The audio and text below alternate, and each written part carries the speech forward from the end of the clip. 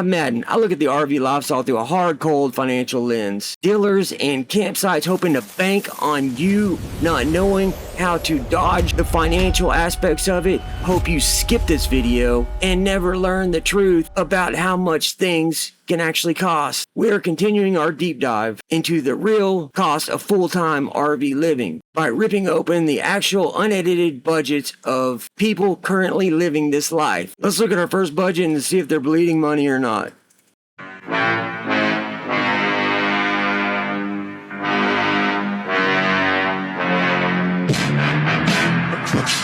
I love it because that is the way I feel sometimes. That's why I do these videos, because I want to share what we've done and accomplished with everybody else out there. And it comes from here, you know, it's not something, I wouldn't waste my time if I didn't really believe in it.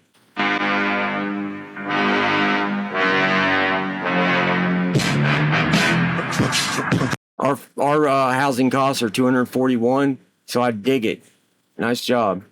What it actually costs our family. We're a family of 7 traveling full-time in our RV. When we started, I thought it would mostly be fuel and campgrounds. But after 8 months on the road, we realized it's really the everyday expenses that shape this lifestyle. We don't have a car or RV payment. We paid cash for both. Campgrounds are about $117 a month with our membership, which keeps that cost really low. Fuel is usually around... That's great. They paid cash, bought their stuff outright, their RV and their truck. And then they have low campground site fees because they have a membership, which is a large down payment. We've talked about it in the past of 1,000 Trails. Around $250 a month if we stay in one state, but can double when we travel cross country. Food is one of our largest expenses at around $1,500 a month for 7 people, mostly because we buy organic and better quality foods. Phone and internet is about $230 a month, and eating out around $300 plus a family fun day. Maintenance on both.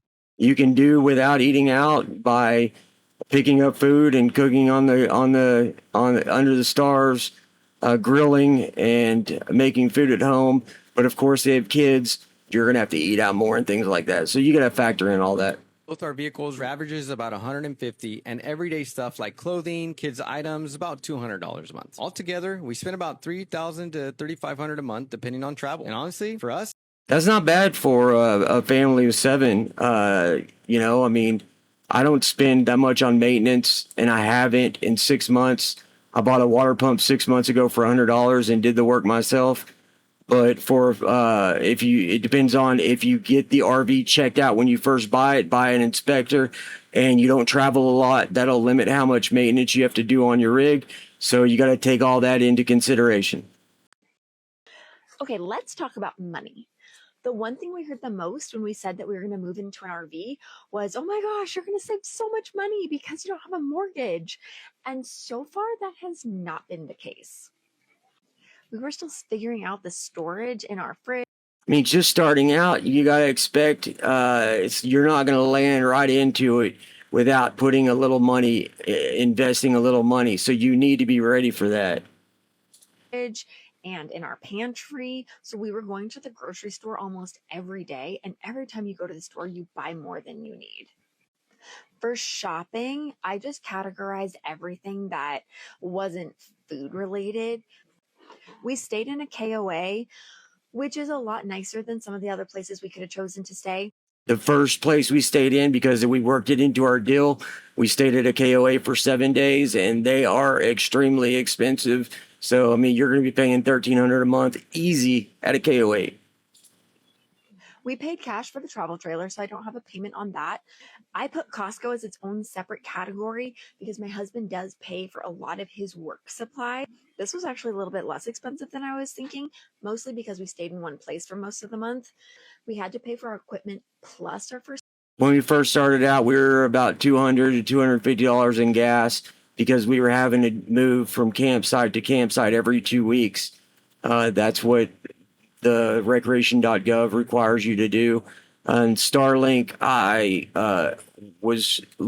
said this in one of my videos, but Starlink, I talked to a representative of Starlink on the phone, and they said, do not use our services because it's not worth it. So I didn't. I listened. I went to T-Mobile and got a plug-and-play router, paid $65 a month.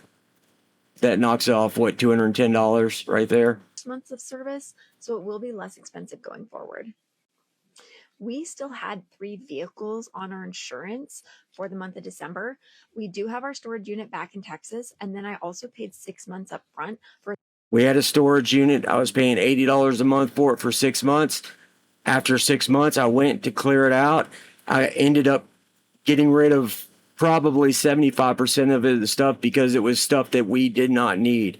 If after a year you have stuff laying around and you haven't touched it, get rid of it. You obviously don't need it. You got to minimize. You got to you got to own smart. That's the best way to say it. Very small unit here. Instead of buying a lot of Christmas gifts this year, we did do quite a few Christmas experiences. While we were at Saguaro National Park, That's cute. I got my yearly national park pass. We had to do an oil change and other maintenance on one of the vehicles.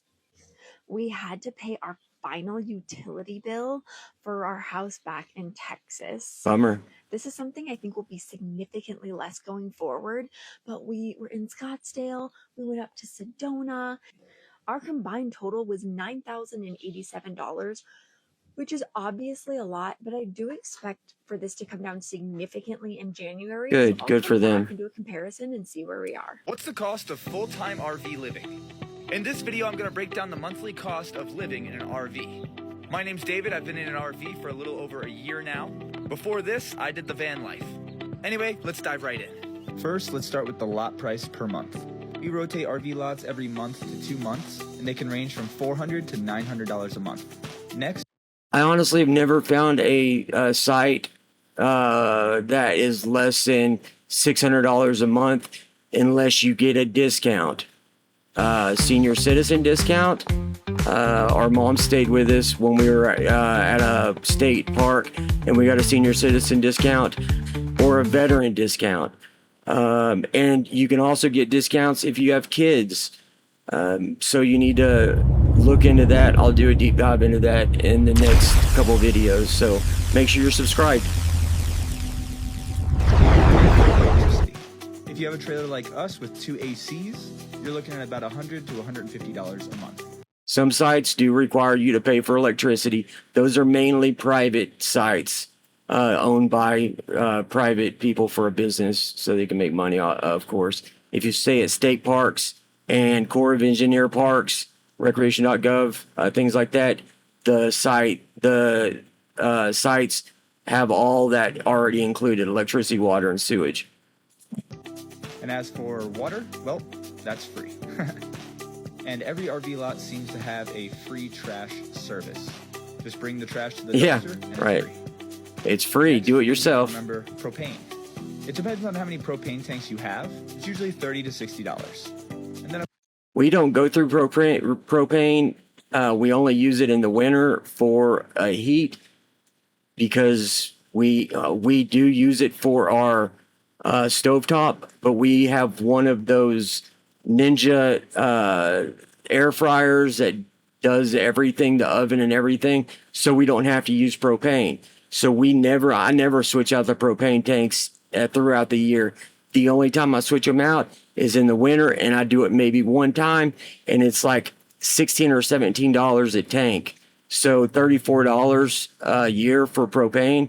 So I see a lot of people mentioning propane, but if you're boondocking, you're going to have it, sure, but we don't use propane at all. And we're stationary. We're volunteer host, park host. So that's just us. of course you have RV insurance. Fortunately, we saved up and bought our trailer, so we keep our expenses low there. And then of course you have car insurance, because you're going to need a nice truck to pull that trailer with. Pulling a trailer is pretty gas consuming, so gas is usually $400 a month. And here you can see the total. They do great. Okay, so the RV park rent, $400 to $900. That was about us when we started out. We didn't really spend any more than $550 a month. I would say $500 a month when we started out. We didn't pay electric because we stayed at state parks and national parks. Water, $0. Yeah, trash, $0, of course. Propane, $30 to $60. We didn't pay $30 to $60 in propane. Trailer insurance, RV insurance is just under $100. Car insurance was $150, and our gas was probably around $250 when we started out. But they did good. I mean, their normal living costs would probably be around $3,000 a month. So they did cut it in half. If we were going to buy another RV, there are a couple things we've said we would never do again. We wouldn't buy new, and we wouldn't buy cheap. There's a lot of poorly made campers that It's great advice from a veteran right here. made new and spitting them out on the market. Lots of people say they wouldn't buy anything that was built after 2020. We would say maybe you can afford to buy new, but should you? Maybe you want to buy pre-owned or used, but should you? How do you know? Because it's not like it's good because it's pre-owned or it's good because it's new.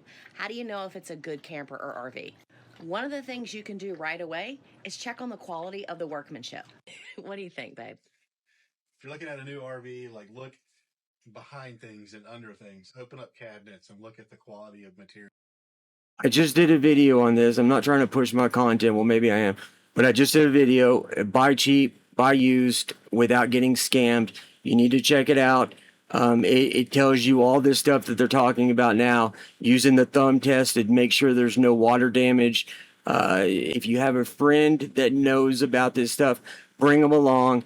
If you have the money right before you're about to sign the deal and give them a lot of money, you may want to hire an RV inspector and have the RV inspected. If they won't allow you to have it inspected, then you got a problem. You probably want to walk away. But make sure you check out my video on how to buy a used RV without getting scammed. It has all this information. It's a great video, if I do say so myself. Pre-owned, be cautious of where the camper has been. Has it been in the snow a lot? So the undercarriage has all of that snow treatment. Investigate what kind of insulation material they used outside the RV and check on the R rating of the RV. I personally think you need to look at the structure of the RV. You know, make sure there's no water damage, make sure the structure's intact, because a lot of things like, is there insulation in it? If it's a good structure, you can upgrade things like that and add more insulation and do things for the winter and summer. But you do want to make sure that the workmanship is there. You can look at reviews of the quality of the camper from other people that, but a lot of people, you know, take some things with a grain of salt. Okay, the last one I want us to look at is going to be the complete opposite of our RV lifestyle. We're going to look at a bougie traveler. Check it out. The question we get asked most is, how much money do we spend every month living like this? Okay, so number one RV spots, $4,750. Yikes. 2, RV payment, $2,700. It is a nice RV. Number 3, vehicle insurance, $550. 4, Jeep, $1,800. 5, cell phones, $500. If you got it, flaunt it. You know, it's not my way to live, but I mean, more power to them. Right. We're not haters. We don't hate. Be a good person. That's what I believe in. RVing can absolutely buy back your life and save your wallet, but only if you build your boat to float before you leave the dock. To make sure you don't step on any of these financial landmines, make sure you are subscribed to Matt and Me and Go RVing, and make sure you show that like button some love. That like button is definitely needing some love. And if you want to check out my video on how I live under $607 a month, it's going to be right here. It shows 3 different levels of RV living compared to the traditional housing costs. Anyways, that's all I got for today. Y'all take it easy. I'll see you on the road. Matt and King out. Peace.